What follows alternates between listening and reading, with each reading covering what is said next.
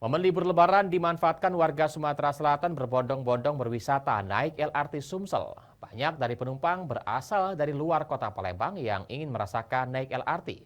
Sejumlah gerbong penuh dan warga terpaksa harus berdiri. Stasiun DJKA Jakabaring Palembang, Sumatera Selatan tampak padat dipenuhi warga yang berbondong-bondong ingin berwisata menjajal LRT Sumsel di momen mengisi libur Lebaran Idul Fitri 1445 Hijriah atau tahun 2024.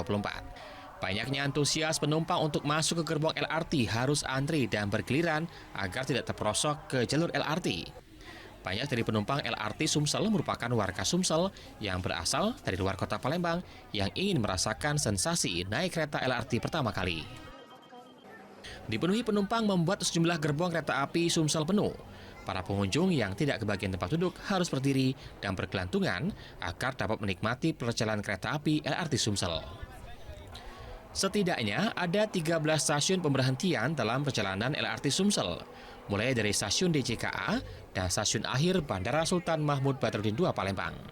Untuk sekali naik kereta LRT, para pengunjung hanya dikenai biaya sebesar Rp5.000 tujuan di luar bandara.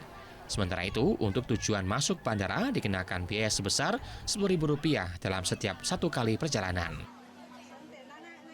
Jadi ngajakin keluarga jalan-jalan pakai LRT.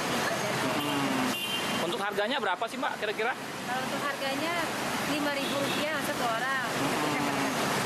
Ini memang sengaja lebaran atau seperti apa mau naik LRT ini? Ya karena berhubung libur lebaran, keluarga yang di luar belum pernah naik LRT, jadi momennya pas lebaran. Senang, bahagia, naik LRT jalan-jalan. Sudah pernah naik LRT sebelumnya Bu? Belum, baru sekali ini. Gimana perasaannya Bu? Lemah lah, dingin, pemandangannya segar. Senang Bu ya? Di momen libur Lebaran Idul Fitri 1445 Hijriah tahun 2024 kali ini, ada 7 transit yang beroperasi. Tambahan transit itu akan membuat perjalanan bertambah 8 trip per hari. Dari kegiatan hari normal sebanyak 94 trip menjadi 102 trip per hari. Dari Palembang, Muhammad Riza Palepi, iNews melaporkan.